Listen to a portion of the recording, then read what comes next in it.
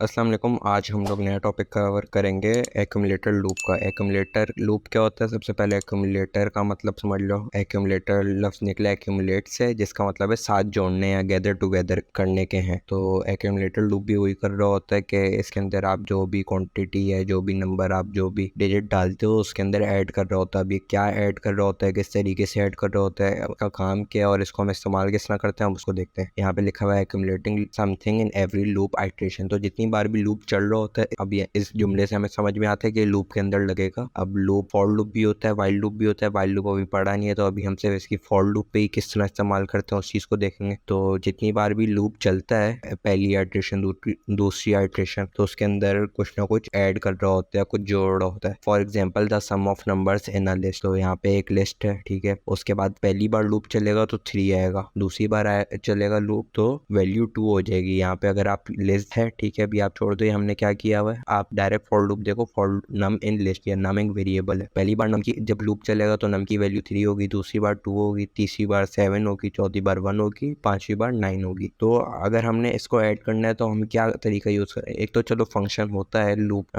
List का, जिसके अंदर हम डायरेक्ट सम कर सकते हैं, लेकिन हम फिर भी इसको किस तरीके से इस्तेमाल करेंगे? तो इस अगर हमने लूप में खुद ही करना है, क्योंकि इसकी सिर्फ एक एप्लीकेशन नहीं है, इसमें आपने कहीं पे भी काउंटर लगाना होता है जो कि खुद ही बदल रहा होता है। आप उस जगह भी इसकी एप्लीकेशन ला सकते हो एक्यूमुलेटर लूप की। तो इसके लिए मैं आइडियली खोल देता हूँ सबसे पहले। तो अब यहाँ पे देखो, सबसे पहले हमने रेस जीरो किया हुआ है। आर ई एस का मतलब आप कह लो रिजल्ट कह लो, क्योंकि एट दी एंड हमें रिजल्ट प्रोवाइड कर रहा होगा। तो अगर मैं इधर एक प्रोग्राम बनाता हूँ, पहले सबसे पहले एक लिस्ट डिक्लेयर कर देते हैं। RES इक्वल्स टू 0 भी कर दिया। इसका मैं अभी आपको बताता हूँ है क्या। अब हम बनाते हैं अपना लूप और नम इन LST, ठीक है, प्रिंट नम कर दिया मैंने। अब देखो लूप हमें सारे ये आंसर तो दे रहे जो भी लिस्ट के अंदर था, हम चाहते हैं इसको ऐड भी कर दे खुद ही लूप के अंदर ही। तो इसके लिए हम तरीका एक इस्तेमाल करेंगे, वापस हम लूप लिखेंगे, लूप के अंदर हम एक और लाइन डाल देंगे, RS is equal to RES plus num, ठीक है। तो इसका क्या होगा, अब मैं बल्कि यहाँ पे गलत वेरिएबल बन गया तो इसको भी मैं वापस सेट कर देता हूँ, बल्कि इसके नीचे मैं एक और लाइन भी डाल देता हूँ, प्रिंट RES। अब ये देखो लूप क्या चला है। पहली बार लूप चला, हमारे पास क्या आया, 3 क्या था, नम, और RES भी क्या हो गया, 3। अब पहली बार देखो RES की वैल्यू 0 थी, 0 प्लस 3 कितना हो गया, 3। तो RES रिजल्ट की वैल्यू हो गई 3। तो इसने हमें 3 नम प्रिंट कर दिया और 3 रिजल्ट प्रिंट कर दिया। दूसरी बार हमारे पास लूप चला तो नम की वैल्यू क्या थी, सेकंड पे 2, लेकिन RES अब रिजल्ट इस वाली लाइन के ऊपर आया तो इसने देखा रिजल्ट तो हमारे पास 2 है और नम इस रिजल्ट हमारे पास 3 है, जो कि पिछली बार लूप चलने पे था, लेकिन नम हमारे पास 2 आया है इस बार जब दूसरी बार लूप चला है। तो इसने नम हमारे पास 2 प्रिंट कर दिया, लेकिन 3 प्लस 2 करके इसने हमें 5 दे दिया। अब तीसरी बार लूप चला, तीसरी बार लूप चलने पे हमारे पास नम की वैल्यू आ गई 7, ठीक है, लेकिन RES हमारे पास क्या था, RES जब पूरा इक्वेशन सॉल्व हुई थी 3 प्लस 2, तो RES हमारे पास 5 हो गया था। तो इस बार 5 प्लस 7 होगा, 5 प्लस 7 कितना होता है, 12। और इस तरह ये लूप चलता रहेगा। तो एक अगली बार 1 आया, फिर 12 प्लस 1 क्या हो गया, 13, और फिर फाइनली हमारे पास आ गया 22 जब 13 प्लस 9 हो। तो अगर मैं अभी RES की वैल्यू देखूंगा तो क्या आएगी मेरे पास, 22। तो अगर आप इस लिस्ट का सम निकालो तो हमारे पास यही आएगा। अगर मैं यहाँ पे लिखता हूँ सम LST, तो देखो इसने 22 बता दी, जो कि हमारा सही चल रहा है। अब इसको मैं थोड़ा मजीद तमीज से करके चलाता हूँ ताकि आपको ज्यादा घिचपिच ना हो न समझने में। असल में सिर्फ इतना सा कोड है, ठीक है। अब इसको मैं दोबारा एंटर करता हूँ। अब मैं RES करूंगा तो इसने, अच्छा वो पहले इसने RES की वैल्यू 22 रखी हुई थी, तो मैं RES को वापस 0 कर रहा हूँ। RES पहले से देखो 22 था तो यहाँ पे गड़बड़ हो गई। अब मैं RES को 0 कर रहा हूँ। अब मैं वापस ये कोड चलाऊंगा तो देखना मुझे, अब ये मुझे एग्जैक्ट सही RES की वैल्यू देगा, जो कि रिजल्ट की वैल्यू होगी 22, ठीक है, 22 आ गई। अब इसको लिखने का एक शॉर्ट फॉर्म भी है। शॉर्ट फॉर्म क्या होता है, अब अगर ये चीज़ लिखनी है तो इसकी जगह मैं लिखूंगा RES plus is equal to num, ठीक है। अब ये क्या हो रहा है यहाँ पे, इसका मतलब ये है, जो प्लस इक्वल टू लिखा है इसका मतलब ये है कि RES के नम के अंदर RES को प्लस करो और जो भी वैल्यू है ना उसको वापस RES में ही रख दो। मतलब जो हमारा काम इस लंबी क्वेश्चन के अंदर हो रहा था वो काम इसी क्वेश्चन के अंदर होगा। अच्छा, इसके और भी तरीके, अगर इधर माइनस होता तो हम इधर माइनस भी लिख सकते हैं, अगर उधर मल्टीप्लाई होता तो हम इधर मल्टीप्लाई भी लिख सकते हैं, और अगर इधर डिवाइड होता तो इधर भी डिवाइड रख सकते हैं। लेकिन अभी फिलहाल हम सम का फॉर्मूला इस्तेमाल करें तो हमारी रिक्वायरमेंट प्लस की है। तो अगर हम को चलाते हैं तो अभी 44 आंसर देगा। उसकी वजह है क्योंकि RES पहले 22 था तो अभी 44 हो, ये देखो 44। ये अगर मैं RES को दोबारा 0 कर दूं और इस चीज़ को मैं दोबारा कॉपी पेस्ट करूं तो हमारे पास 22 ही आएगा। अच्छा, आप बोलोगे भाई ये तो सम से जब हमारा काम हो रहा है तो हम ये चीज़ क्यों कर रहे हैं? ये एक प्रैक्टिस के लिए थी। इसकी हमारे पास दूसरी एप्लीकेशन बहुत ज़्यादा होती होती हैं एक्यूमुलेटर लूप की। अब जिस तरह यहाँ पे है अगला क्वेश्चन, इसके अंदर हम क्या कर रहे हैं, पहले इसके अंदर तो बड़ा बेसिक्स है, इसके अंदर हम मल्टीप्लाई करवा रहे हैं। जो पहले ऐड करवा रहे थे लिस्ट को, अब हम लिस्ट के हर डिजिट को आपस में मल्टीप्लाई करा रहे हैं। मतलब 3 2 6 6 7 जो भी आएगा उसके बाद 1 से मल्टीप्लाई हो जाएगा, जो भी आंसर आएगा वो 9 से मल्टीप्लाई हो जाएगा। तो इधर देखो R E S equal to 0 किया था, इधर R E S equal to 1 रखा है। अब यहाँ पे आती है बड़ी बेसिक सी लॉजिक है, कोई अकलमंदी वाली बात नहीं है। देखो अगर हमने इधर 1 रखते हैं तो हम अगर इसके अंदर 1 के अंदर सम करवा रहे होते हैं ना, तो हमारे पास अगर 22 आंसर आ रहा है इस सब का, तो हमारे पास 23 आंसर आ रहा होता, जो कि गलत होता, वो इस लिस्ट का सम नहीं होता। इस वजह से हमने आर ई एस को 0 रखा है, क्योंकि 0 के अंदर कुछ भी सम हो सकता। लेकिन यहाँ पे आर ई एस को हमने 1 क्यों रखा, रिजल्ट को हमने 1 क्यों रखा, 1 इसकी वजह ये है क्योंकि आप 1 से कुछ भी मल्टीप्लाई करोगे तो वापस वही आंसर आएगा। तो अगर हम इधर 0 रख देते और पहली बार लूप चलता है तो 3 0 सा 0 हो जाता है, फिर 0 2 सा 0 हो जाता है, फिर 0 7 सा 0 हो जाता है, फिर 0 1 सा 0 हो जाता है और 0 9 से 0 हो जाता है। तो हम ये चीज़ नहीं चाहते, इस वजह से हमने आर ई एस को रिजल्ट को हमने 1 रखा। तो ये आप एक रूल बना लो, जब भी डिवाइड या मल्टीप्लाई कर रहे होगे तो आप जो भी एक्यूमुलेटर लूप के लिए वेरिएबल एक अलग से बनाओगे, ये एक्यूमुलेटर लूप का लिए वेरिएबल हमने बनाया है, ठीक है। तो इसका आप 1 रखोगे अगर डिवाइड या मल्टीप्लाई के लिए यूज़ कर रहे हो, और अगर सम के लिए यूज़ कर रहे हो या सब्ट्रैक्शन के लिए यूज़ कर रहे हो तो उसको 0 रखोगे, क्योंकि 0 में +1 होने से +1 आएगा। लेकिन 0 में अगर आप 1 मल्टीप्लाई करो, 100 मल्टीप्लाई करो तो वो 0 आंसर आएगा। तो इस तरह एक्यूमुलेटर लूप की लॉजिक का फिर फायदा नहीं है। अब इसको मैं आर ई एस 1 करके मल्टीप्लाई करके दिखा देता हूँ कि अगर R E S equal to 1 कर दूँ मैं और फिर इस फॉर लूप को वापस चलाया जाए, इसकी जगह देखो मैं सिर्फ एक मल्टीप्लाई का साइन लगा रहा हूँ। इसकी लॉजिक भी वही है कि R E S equal to R E S multiply by num की शॉर्ट फॉर्म लिखने की है कि आर ई एस को नम से मल्टीप्लाई करो और जो भी इक्वल्स टू आए आंसर जो भी है उसको वापस आर ई एस के वेरिएबल के अंदर सेव कर दो। तो इस चीज़ को हम चलाएंगे। अब आर ई एस करके देख लेते हैं, 378 सही आंसर आ रहा है। अब इस चीज़ को अगर मैं R E S is equal to 0 कर देता हूँ तो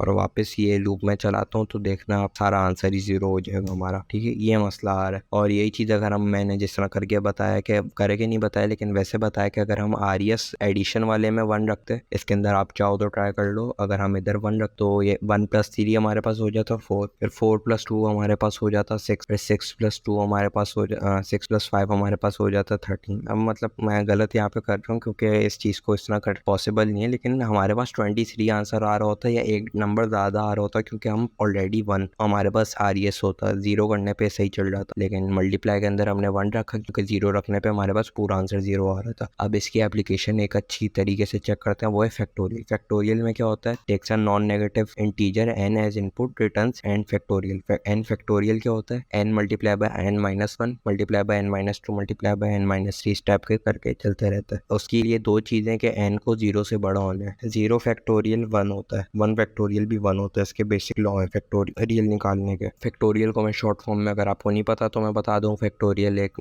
मैथमेटिक्स के अंदर होती है एक चीज़, इसमें अगर आप कोई भी डिजिट रखो, फॉर एग्जांपल आपको 5 फैक्टोरियल चाहिए तो इसका मतलब ये 5 फैक्टोरियल को लिखने का तरीका ये 5 इससे ये फैक्टोरियल है, ठीक है, इस तरह लिखा जाता है। तो 5 फैक्टोरियल का मतलब ये है कि 5 multiply by 4 multiply by 3 multiply by 2 multiply bye 1। यही 6 फैक्टोरियल होगा तो 6 multiply by 5 multiply by 4 multiply by 3 multiply by 2 multiply bye 1। 7 के लिए भी यही होगा, 4 के लिए हम एक डिजिट कम, ये फॉर्मूला है इसके अंदर। अगर मैं आपको बोल रहा हूँ कि 5 लिखो तो आप हर जगह 5 लिख के ट्राई कर लो। अगर 5 लिखोगे तो 5 मल्टीप्लाई बाय 5 - 1 क्या होगा 4, मल्टीप्लाई बाय 5 - 2 क्या होगा 3, मल्टीप्लाई बाय 5 - 3 क्या होगा 2, मल्टीप्लाई बाय फिर 2 मल्टीप्लाई बाय 1। इधर ज़्यादा इस वजह से लिखा है कि अगर आपकी n की वैल्यू बड़ी हो। तो इस चीज़ का हमारे पास ये एक फंक्शन बनाया हुआ है, इसको मैं as it is copy paste कर रहा हूँ, फिर मैं इसको एक्सप्लेन करता हूँ यहाँ पे हो क्या रहा है। इसके अंदर हो क्या रहा है, अब मैं इस फंक्शन को आपको डिफाइन कर देता हूँ। यहाँ पे सबसे पहले हमने फैक्टोरियल का फंक्शन बनाया जिसके अंदर हमने n पैरामीटर दे दिए जिसके ऊपर हम कोई भी आर्गुमेंट पास कर सकते हैं, ठीक है। हमने रिजल्ट इक्वल टू 1 लिख। अब आप इस फॉर्मूले को देखो तो आपको पता चलेगा कि फैक्टोरियल के अंदर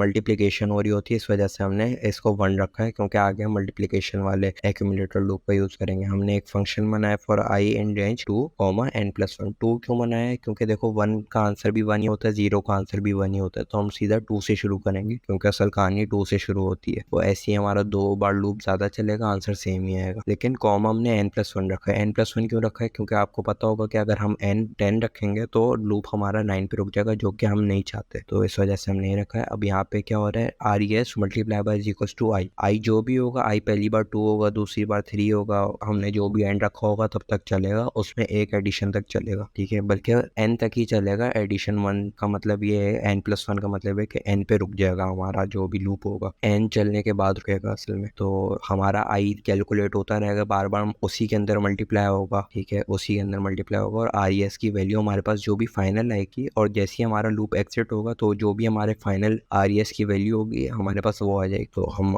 फैक्टोरियल अगर मैं करता हूँ 5, ठीक है, तो 120 आ गया। आप सोच रहोगे कि रिटर्न RES को हमने फॉर लूप के अंदर क्यों नहीं रखा? फॉर लूप के अंदर अगर हम रिटर्न को रख देते तो हमारे पास आंसर, पहली बार लूप चलता हमारे पास फौरन आंसर आ जाता। ये मसला होता है, मसला तो नहीं होगा लेकिन ये होता है, रिटर्न की प्रॉपर्टी है कि अगर जहाँ भी रिटर्न आपने लिख दी और वो वाली लाइन चल गई तो उसके बाद कोई भी लूप चल रहा हो, कुछ भी चल रहा हो, उससे बाहर आ जाएगा और आपका फंक्शन द एंड हो जाएगा। तो हम चाहते थे कि लूप पूरा चले, क्योंकि फैक्टोरियल तभी होता है जब आप पूरी सारे नंबर से मल्टीप्लाई करते हो जितने भी उस नंबर तक आ रहे होते हैं। 10 है तो आपको 10 से लेके 1 तक सब मल्टीप्लाई करना होगा, 20 है तो 20 से 1 तक सब मल्टीप्लाई करना होगा। तो इस वजह से हमने रिटर्न को बाहर रखा है। मतलब पहली बार लूप चलेगा तो आप देख लो आई की वैल्यू क्या होगी, 2 मल्टीप्लाई बाय 1 1 होगा। फिर तीसरी बार लूप चलेगा तो आई की रिजल्ट की वैल्यू हमारे पास हो जाएगी 2, लेकिन आई की वैल्यू हमारे पास होगी 3, तो 2 3 6 हो जाएगा। फिर हमारे पास रिजल्ट की वैल्यू 6 होगी, लेकिन तीसरी बार लूप चलेगा तो हमारे पास क्या होगा, 4 होगा। तो 6 4 इस तरह करके ये लूप चलता रहेगा, और हमारे पास जब हम आप 5 फैक्टोरियल तक निकालोगे तो 120 आएगा। अब इस चीज़ को आप गूगल पे भी सर्च कर लो कि 5 फैक्टोरियल का आंसर क्या होता है। अब हम चलते हैं अपनी अगली एक्सरसाइज के ऊपर। इसके अंदर क्या है, right function divisors that takes a positive integer N as input returns a list of positive divisors. तो इसके अंदर आप कोई भी नंबर डाल दो और उस नंबर के जितने भी डिवाइजर होंगे ये आपको वो वापस कर देगा। इस चीज़ को मैं करके नहीं दिखा रहा, इस चीज़ को यहीं पे समझा रहा हूँ, इसकी आप खुद प्रैक्टिस करना। कि इसके अंदर हमने देखो सबसे पहले एक फंक्शन बनाया हुआ है, इसके अंदर भी हमने n पैरामीटर दिया हुआ है जिस पर आप कोई भी आर्गुमेंट दे सकते हो। इसमें हमने रिजल्ट का एक एम्प्टी लिस्ट बनाई हुई है। एम्प्टी लिस्ट क्यों बनाई है? क्योंकि लिस्ट के अंदर भी आप देखो लिस्ट म्यूटेबल होती है, लिस्ट के अंदर आप अपेंड कर सकते हो, तो इस वजह से एक लिस्ट के अंदर ऐड हो जाएंगे ना। हमें तो इस बार देखो हमें मल्टीपल नंबर्स चाहिए, डिवाइजर्स काफ़ी सारे हो सकते हैं। अगर आप 10 के डिवाइजर्स की बात करो तो 2 भी डिवाइड करता है 10 को, 5 भी डिवाइड करता है, 1 भी डिवाइड करता है और 10 खुद भी डिवाइड करता है। 20 को 2 भी डिवाइड करता है, 4 भी डिवाइड करता है, 5 भी डिवाइड करता है, 10 भी डिवाइड करता है और 20 खुद भी डिवाइड करता है। तो ये मल्टीपल एक लिस्ट आ रही है हमारे पास, तो इस वजह से हम यहाँ पे एक लिस्ट बना रहे हैं। टुपल इस वजह से नहीं बना रहे, टुपल में कुछ अपेंड नहीं होता, तो इधर हमने एक एम्प्टी लिस्ट बनाई है। हमने फॉर आई इन रेंज चलाया 1, n+1। इस बार 1 को क्यों रखा है? क्योंकि 1 भी देखो 1 हर नंबर के साथ आएगा, क्योंकि 1 हर नंबर को डिवाइड करता है। 1 11 को भी करता है, 10 को भी करता है, 20 को भी करता है। n+1 इसलिए कि n तक रुक जाए, अगर 20 को डिवाइड कर रहे हैं तो हमारे पास वो भी आ जाएगा। यहाँ पे हमने बड़ी बेसिक सी लॉजिक डाली है, if n mod i। n mod i का मतलब क्या है, n हमारे पास जो भी नंबर आ रहा होगा, फॉर एग्जाम्पल 5 है, 5 तक हमने डाला है, 5 से जो भी डिविजिबल होगा i के अंदर, ठीक है, अगर पहली बार लूप चल रहा है तो i1 होगा, दूसरी बार लूप चल रहा है तो i2 होगा, तीसरी बार चल रहा है तो i3 होगा और पांचवी बार चल रहा है तो i5 होगा। तो 5% इफ इज इक्वल टू 0, ठीक है, डबल इक्वल टू है ताकि कंडीशन चेक हो जाए। अगर 0 आ रहा है इसका मतलब वो चीज़ सही डिवाइड कर रही है पूरे तरीके से, तो उसको लिस्ट के अंदर अपेंड कर दो। और फिर जब पूरी बार पूरा लूप चल जाए तो हमने लूप के बाद लिखा हुआ है रिटर्न रिजल्ट। तो बल्कि मैं इसको भी आपको चला के दिखाता हूँ ताकि आप लोग को समझ आ जाए। तो यहाँ पे देखो, अगर हमने डिवाइजर्स के अंदर हमने 1 डाला तो हमारे पास 1 ही आ गया, 1 को ही डिवाइड कर। अगर हमने 6 डाला तो 6 को 1 भी डिवाइड कर रहे, 2 भी डिवाइड कर रहे, 3 भी डिवाइड कर रहे, 6 भी डिवाइड कर रहे। आप इस कंडीशन के अंदर चेक करो। 11 डाला तो सिर्फ 1 और 11 ही डिवाइड करते हैं 11 को, तो इस वजह से 1 और 11 दे दी। आज की वीडियो में इतनी। आज की वीडियो थोड़ी लंबी ज़्यादा थी लेकिन बड़ा आसान टॉपिक था ये। जब आप खुद प्रैक्टिस करोगे आपको समझ में आ जाएगा काम किस तरह कर रहा है। आज की वीडियो को यहीं पे एंड करते हैं। अल्लाह हाफिज़।